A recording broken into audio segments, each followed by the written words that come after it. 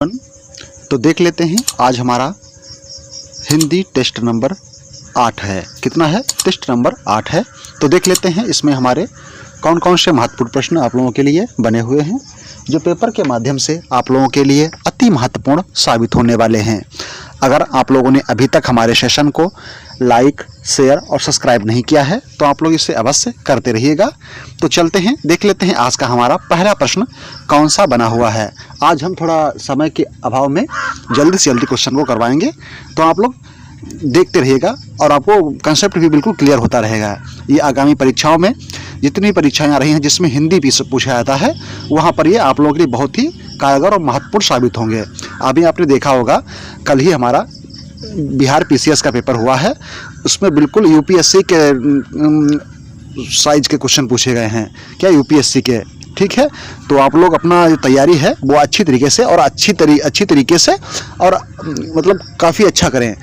तब जब तक अच्छा नहीं होगा तब तक भाई कुछ संभावना व्यक्त नहीं की जा सकती है आपकी। तो चलते हैं, देख लेते हैं आज का पहला प्रश्न। तो आपको ये यूपीएससी पेट में भी महत्वपूर्ण भूमिका निभाएगा। तो चलते हैं, देख लेते हैं आज का हमारा पहला प्रश्न कौन सा है। पहला प्रश्न हमारा है, वर्षा के कारण पूरी तरह से भीग गया। क्या है? वर्षा के कारण वह पूरी तरह से भीग गया। दिए गए वाक्य में वाक्य का काल निर्धारण कीजिए।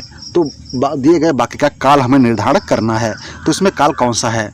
क्या लिखा हुआ है? वर्षा के कारण वह पूरी तरह भीग गया, मतलब भीग चुका है। ठीक है, क्या है? भीग चुका है। तो चुका है, चुकी, चुके हैं, ये कहाँ आते हैं? भूतकाल में आते हैं ना। तो ऑप्शन नंबर हमारा सी हो जाएगा। क्या है? सामान्य भूतकाल। देखिए भाई क्या हो गया, ये काम हो चुका है। क्या है? पूरी तरह से भीग गया, मतलब भीग चुका है। आपने भीगना नहीं है तो गया है, तो क्या हो जाएगा? सामान्य भूतकाल हमारा इसमें सही हो जाएगा। चलते हैं अगले प्रश्न की तरफ। अगला प्रश्न हमारा है, मैं चुप नहीं बैठ सकती। मैं चुप नहीं बैठ सकती उक्त वाक्य भाववाच्य में होगा। तो भाववाच्य में इसे क्या बना सकते हैं? तो देखिए, भाववाच्य जब कोई मतलब प्रश्न को हम बनाते हैं तो किस तरीके से बनाते हैं उसको हमें देखना है। देखिए, मैं चुप नहीं बैठ सकती, तो इसका क्या हो जाएगा? तो इसको हम देखेंगे, मेरे द्वारा चुप नहीं बैठा गया, मैं चुप नहीं बैठ सकूंगी, मुझे चुप नहीं बैठा जाता, या मैं चुप रह सकती थी। तो इसमें भाववाच्य जब हम बनाएंगे तो क्या हो जाएगा? मैं चुप नहीं बैठ सकती, तो मुझसे चुप नहीं बैठा जाता। हमारा ऑप्शन नंबर सी सही हो जाएगा। क्या हो जाएगा? तो ये हमारा हो जाएगा, मैं मुझसे हो जाएगा, मुझसे चुप नहीं बैठा जाता। ओके, अगला प्रश्न देख लेते हैं। अगला प्रश्न देखते हैं, चलते हैं अगले प्रश्न की तरफ। अगला प्रश्न है, निम्नलिखित में से कौन सा मिश्र वाक्य है? तो निम्नलिखित में से कौन सा मिश्र वाक्य है? तो ये आपको देखना है और बताना है कि इसमें मिश्र वाक्य हमारा कौन सा हो जाएगा। तो आप देखें और बताएं कि इसमें हमारा ऑप्शन नंबर कौन सा सही है। तो देखिए, वह ज्ञानी है किंतु जिद्दी है, सीता पढ़ रही है, आकाश में बिजली चमकती है, और वह कौन सा व्यक्ति है जिसने महात्मा गांधी का नाम न सुना हो। तो देखिए, इसमें आपको बताना है, आप देखें और कौन सा प्रश्न इसमें हमारा सही हो जाएगा। तो इसमें हमारा ऑप्शन नंबर डी सही हो जाएगा। देखिए, वह कौन सा व्यक्ति है जिसने, जहाँ पर जिसने, कौन, क्यों, कैसे ये जुड़े हों वहाँ पर मिश्र वाक्य हो गया। देखिए, ये हो जाएगा सामान्य वाक्य। क्या है? ये सामान्य वाक्य है और आकाश में बिजली चमकती है, और वह ज्ञानी है किंतु जिद्दी है। तो देखिए, ये क्या हो गया? सामान्य वाक्य, मिश्रित वाक्य। ओके, ये हमारे हो गए। तो हमारा ऑप्शन नंबर डी सही हो जाएगा। कौन सा? ऑप्शन नंबर डी हमारा ये सही हो जाएगा। चलते हैं अगले प्रश्न की तरफ। अगला प्रश्न है, किसी बड़े अंश का संक्षिप्त रूप दर्शाने के लिए किस चिन्ह का प्रयोग किया जाता है?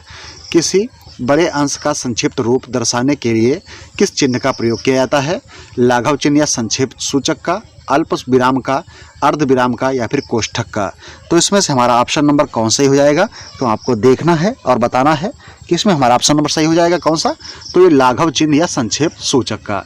देखिए, लाघव चिन्ह क्या होते हैं? इनको ऐसे, ठीक है, संक्षेप में, या फिर ऐसे ऐसे करके ये लाघव चिन्ह या संक्षेप चिन्ह हो जाते हैं ये। ठीक है, किसी भी मतलब क्या है, अंश को संक्षिप्त रूप से दर्शाने के लिए, जैसे राम गया। ठीक है, तो ये हो जाते हैं हमारे लाघव चिन्ह एवं संक्षेप चिन्ह। ओके, चलते हैं अगले प्रश्न की तरफ। देख लेते हैं अगला प्रश्न, शेर को सवा शेर लोकोक्ति का अर्थ क्या है? संपन्नता, असंभव कार्य, एक से बढ़कर दूसरा नष्ट करना। तो इसमें हमारा ऑप्शन नंबर सी सही हो जाएगा, एक से बढ़कर दूसरा। शेर को सवा शेर, क्या हो जाएगा, शेर को सवा शेर, एक से बढ़कर दूसरा। ऑप्शन नंबर हमारा इसमें सी मुहावरे के लिए सही हो जाएगा। अगला प्रश्न क्या है, 32 दांतों में जीभ लोकोक्ति का क्या अर्थ है। 32 दांतों में जीभ लोकोक्ति का आशय क्या है। सुंदर दंत पंक्ति, खाने के लिए ललचाना, शत्रुओं से घिरा रहना, अधिक बोलने में शक। तो इसमें भी हमारा ऑप्शन नंबर सी ही हो जाएगा, शत्रुओं के साथ घिरा रहना। जीभ जैसे हमेशा 32 दांतों के बीच में रहती है, उसी तरह से कोई जब होता है शत्रुओं के बीच में घिरा होता है तो उसी के लिए कहावत कही गई है। अगला प्रश्न देख लेते हैं। अगला प्रश्न हमारा है, आशुभाषण का अर्थ क्या है। आशुभाषण का अर्थ क्या है, विषय को एक दिन पहले बता देना, विषय पर चर्चा परिचर्चा करना, किसी विषय पर तत्काल बोलना, या विषय को रटकर बोलना। तो इसमें से हमारा ऑप्शन नंबर क्या हो जाएगा, आशुभाषण का अर्थ क्या हो जाएगा। तो आशुभाषण का अर्थ हमारा क्या हो जाएगा, आशुभाषण मतलब आशु और प्लस भाषण। तो आशुभाषण का हमारा अर्थ क्या हो जाएगा, तो इसमें हमारा उत्तर हो जाएगा हमारा सी, किसी विषय पर तत्काल बोलना। आशु मतलब जल्द से, क्या है, आशु मतलब जल्द से, और भाषण मतलब बोलना, ठीक है। तो जल्दी से बोलना, किसी भी विषय पर तत्काल बोलना। ऑप्शन नंबर हमारा सी इसमें सही हो जाएगा। देख लेते हैं क्वेश्चन नंबर 33। क्वेश्चन नंबर 33 में हमारा है, असंगत विकल्प का चयन कीजिए। प्रशंसा के बहाने निंदा करना, क्या है, व्याज निंदा, बिल्कुल क्या है, सही है या फिर गलत है। तो ये आपको कमेंट बॉक्स में हमें बताते रहें और हम चलते भी रहते हैं। तो क्या प्रशंसा के बहाने निंदा करना, व्याज निंदा, सही है। जिसने ऋण चुका दिया हो, तो क्या है, उत्तम ऋण, ठीक है, बिल्कुल सही है। फिर क्या है, पर्वत का निचला मैदानी भाग, पर्वत का निचला मैदानी भाग। तो इसमें से हमारा ऑप्शन नंबर कौन सही हो जाएगा, ये आपको देखना है। और निंदा के बहाने प्रशंसा करना व्याजस्तुति, व्याजास्तुति होती है, क्या होती है, व्याजास्तुति होती है। तो इसमें देखिए क्या है, जिसने ऋण चुका दिया हो, सॉरी यही तो गड़बड़ है, जिसने ऋण चुका दिया है वो क्या होता है, उऋण, क्या होता है, उऋण होता है, क्या होता है, उऋण होता है। तो ये हमारा ऑप्शन नंबर बी गलत हो जाएगा, गलत हमें देखना ही है। तो हमारा ऑप्शन नंबर बी ही सही है, क्या है, ऑप्शन नंबर बी ही सही है। इसे हम उऋण लिखते हैं, उत्तम ऋण नहीं लिखते हैं। चलते हैं अगले प्रश्न की तरफ, देख लेते हैं अगला प्रश्न।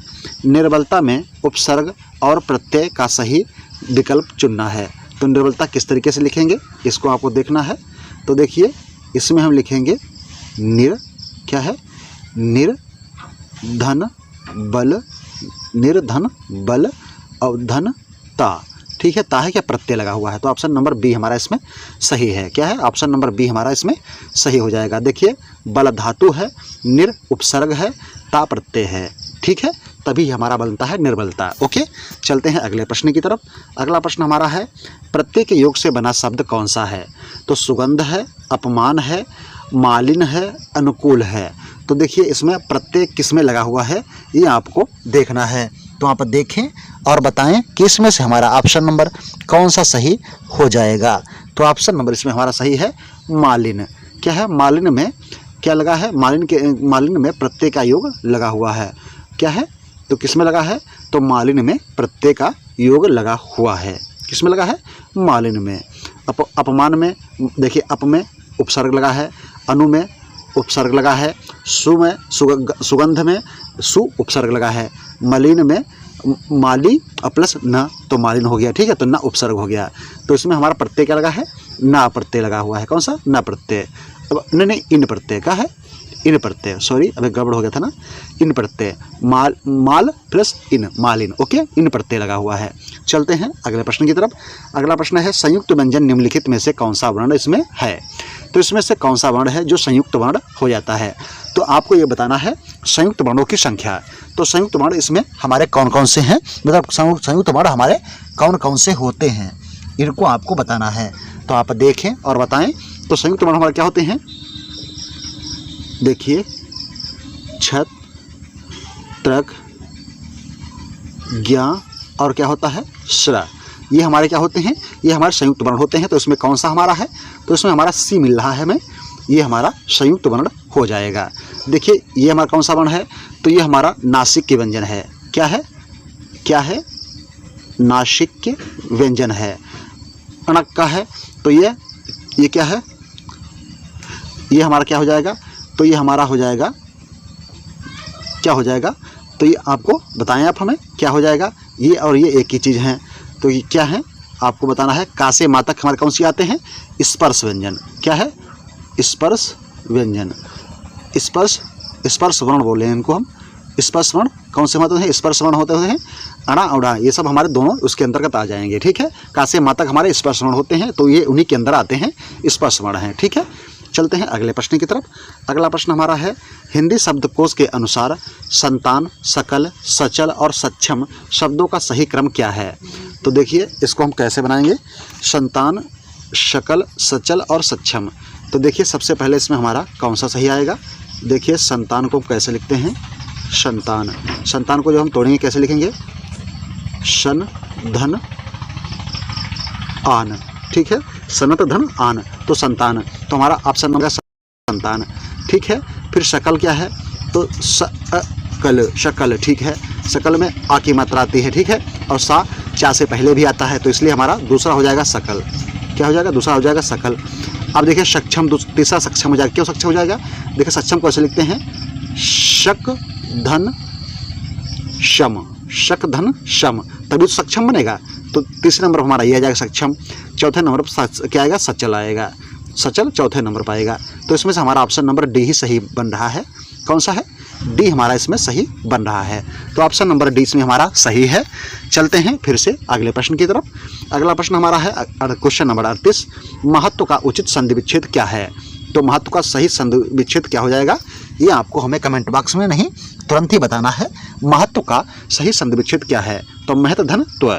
क्या है, त्व क्या है, प्रत्यय है, और महत्व मतलब ये हमारी क्या है, ये हमारी धातु है। महत धातु, त्व प्रत्यय, तो महत्व हमारा इस तरीके से बनता है। ऑप्शन नंबर ए ही हमारा इसमें सही हो जाएगा। अगला प्रश्न देखते हैं, गुण स्वर संधि का उदाहरण कौन सा है। तो गुण स्वर संधि का उदाहरण इसमें से कौन सा है, ये आपको देखना है। तो देख लेते हैं गुण स्वर संधि।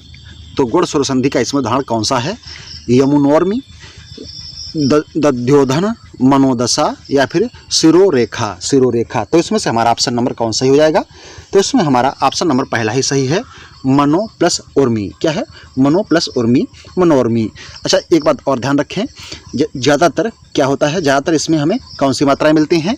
देखिए जहाँ पर ए ओ और अर, जहाँ पर ए और ओ और अर आता है वहाँ पर क्या होता है, गुण स्वर संधि होती है। क्या होती है, गुण स्वर संधि होती है। तो क्या हो जाएगा, यमुनो, क्या है, यमुना, यमुना प्लस क्या हो जाएगा, उर्मी, ओर्मी। ठीक है, तो ये तभी बनेगा यमुनोर्मी। ठीक है, तभी बनेगा यमुनोर्मी, तभी ऑप्शन नंबर हमारा पहला ही इसमें सही हो जाएगा। देख लेते हैं अगला प्रश्न, किस विकल्प में द्वंद्व समास का उदाहरण नहीं है। क्या है, छभ्याभ्य, कृष्णार्जुन, रुद्रप्रिया, अनुचानुचितम। तो इसमें से हमारा ऑप्शन नंबर कौन सा सही हो जाएगा, ये आपको देखना है और बताना है। तो देख लेते हैं समास, समास होता क्या है और कैसे समास को हम पहचानते हैं, ये आपको देखना है और बिल्कुल हमें तुरंत ही बताना है। तो आप देखें और बताएं कि इसमें हमारा ऑप्शन नंबर कौन सा सही हो सकता है। तो देखिए समास, तो समास हमारा इसमें छभ्याभ्या, तो क्या है, छभ्य और भक्ष्य और अभक्ष्य, ये तो हमारा सही हो जाएगा क्योंकि और लग रहा है। कृष्ण और अर्जुन, रुद्र और प्रिया, उचित और अनुचित। तो इसमें हमारा कौन सा सही नहीं बन रहा है, ये आपको देखना है। तो इसमें हमारा रुद्र और प्रिया, रुद्र प्रिया इसमें नहीं सही बन पाएगा। ठीक है, इसलिए द्वंद्व समास का ये उदाहरण नहीं है। क्या है, एवं और जहाँ पर आते हैं वहाँ पर क्या होता है, द्वंद्व समास होता है। तो यहाँ पर नहीं लग पा रहा है, इसीलिए ये सही नहीं है, रुद्र प्रिया। ओके, अगला प्रश्न देख लेते हैं। अगला प्रश्न है, यावत जीवन में कौन सा समास है। अव्ययी भाव, तत्पुरुष, कर्मधारय, बहुब्रीहि। तो इसमें से हमारा ऑप्शन नंबर कौन सा ही है, तो इसमें कौन सा समास है, समास हमें बताना है। तो इसमें हमारा समास कौन सा सही हो जाएगा, ये आप देखें और बताएं। तो देख लीजिए, अव्ययी भाव है, तत्पुरुष है, कर्मधारय है या फिर कौन सा, बहुब्रीहि। तो ये कौन सा हमारा इसमें सही हो जाएगा, तो आप देखें और बताएं। तो इसमें हमारा ऑप्शन नंबर सही है कौन सा, ऑप्शन नंबर ए, अव्ययी भाव समास। जहाँ पर अव्यय हमें मिलेगा वहाँ पर क्या हो जाएगा, अव्ययी भाव समास हो जाएगा। क्या हो जाएगा, अव्ययी भाव समास हो जाएगा। जैसे यहाँ पर अव्यय क्या हो सकता है, अनु, आ, प्रति, भर, यथा, यावत, ना, नी, ने, ठीक है। ये तो यहाँ पर कौन सा प्रत्यय है, यहाँ पर प्रत्यय लगा हुआ है आव प्रत्यय लगाकर ये आव्य जीवन बना हुआ है, ठीक है। तो यहाँ पर अव्ययी भाव समास हमारा हो जाएगा। ओके, चलते हैं अगला प्रश्न देख लेते हैं। अगला प्रश्न हमारा कौन सा है, निम्नलिखित में से आप शब्द के लिए उचित तत्सम क्या होगा, निज, अपनापन, आत्मा या आत्मज। तो क्या है, आप शब्द के लिए आत्मा सही होगा। क्या है, आत्मा सही होगा, निज नहीं होगा। निज शब्द के लिए आत्मा हमारा सही हो जाएगा आप के लिए। ओके, आप के लिए आत्मा हमारा इसमें सही हो जाएगा। ओके, चलते हैं अगले प्रश्न की तरफ, देख लेते हैं अगला प्रश्न। निज तो इंग्लिश हो जाता है ना, फिर क्या है अगला प्रश्न हमारा, तहसीलदार, जेल खाना, खून और पसीना शब्द हैं, किस प्रकार के शब्द हैं, विदेशज हैं, तद्भव हैं, संकर हैं, तत्सम हैं। तो इसमें से हमारा ऑप्शन नंबर कौन सा सही है, तो ये आपको देख के बताना है। तो ये सभी हैं संकर। क्या है, शंकर। तहसीलदार, दार देखो क्या है, अरबी है। तहसील क्या है, फारसी। जेल खाना क्या है, जेल खाना भी फारसी है। खून क्या है, खून पसीना, खून पसीना, ये अरबी और फारसी दोनों हो जाते हैं। तो ये संकर शब्द हैं। क्या है, संकर शब्द हो जाते हैं। अगला प्रश्न देख लेते हैं। अगला प्रश्न हमारा क्या हो जाएगा, चंद्रमा तथा ब्राह्मण के लिए एक शब्द है, सोम, द्विज, वर्ण, श्रेष्ठ। तो इसमें से हमारा ऑप्शन नंबर कौन सही हो जाएगा, तो देखिए ऑप्शन नंबर इसमें हमारा बी सही है। क्या है, द्विज। द्विज मतलब क्या होता है, द्विज बोलते हैं श्रेष्ठ के लिए। श्रेष्ठ जो भी हो, जैसे भगवान जो भी होते हैं वो द्विज के अंतर्गत ही आते हैं। क्या है, चंद्रमा, ब्राह्मण ये सब पूजनीय हैं, तो इसलिए हमारा द्विज इनके अंतर्गत ये आते हैं। किसके अंतर्गत, तो द्विज जो है ये चंद्रमा ब्राह्मण का भी विलोम शब्द हो जाएगा। ओके, चलते हैं अगले प्रश्न की तरफ, देख लेते हैं अगला प्रश्न। अगला प्रश्न है क्वेश्चन नंबर 45, निम्नलिखित में से शुद्ध शब्द छांटिए, आगामी, केंद्रीय, अधीन, दीक्षा। तो देखिए आगामी को हम क्या लिखते हैं, आगामी लिखते हैं। ओके, क्या लिखते हैं, आगामी लिखते हैं। केंद्रीय को हम इस तरीके से लिखेंगे, केंद्रीय। ओके, केंद्रीय लिखेंगे। और दीक्षा, तो दीक्षा को कैसे लिखेंगे, तो आप बताएं दीक्षा को कैसे लिखेंगे। दीक्षा को हम दीक्षा, ओके, दीक्षा होता है। ये क्या है, तो इसमें शुद्ध हमें क्या लिखना है, शुद्ध शब्द छांटिए। तो क्वेश्चन नंबर 45 में हम शुद्ध शब्द छांटना है, तो ये हमारा अधीन होता है। देखिए जो हम अधीन लिखते हैं ना, अधीन, ये हमारा गलत होता है। ठीक है, अधीन होता है। ठीक है, क्या होता है, अधीन होता है। ऑप्शन नंबर हमारा सी इसमें सही है। चलते हैं अगले प्रश्न की तरफ। तो आज के प्रश्न हमारे यहीं समाप्त होते हैं। Thank you, thanks for watching, have a nice day, good day, thank you. तो बड़ों का सम्मान करें, छोटों को प्यार दें, अपना व्यक्तित्व इस प्रकार से विनिर्मित करें कि आपके साथ में महिलाएं स्वच्छ, स्वस्थ और सुरक्षित महसूस करें। Thank you, thanks for watching, have a nice day, good day, thank you. तो आप लोग इसे शेयर अवश्य करते रहिएगा। धन्यवाद।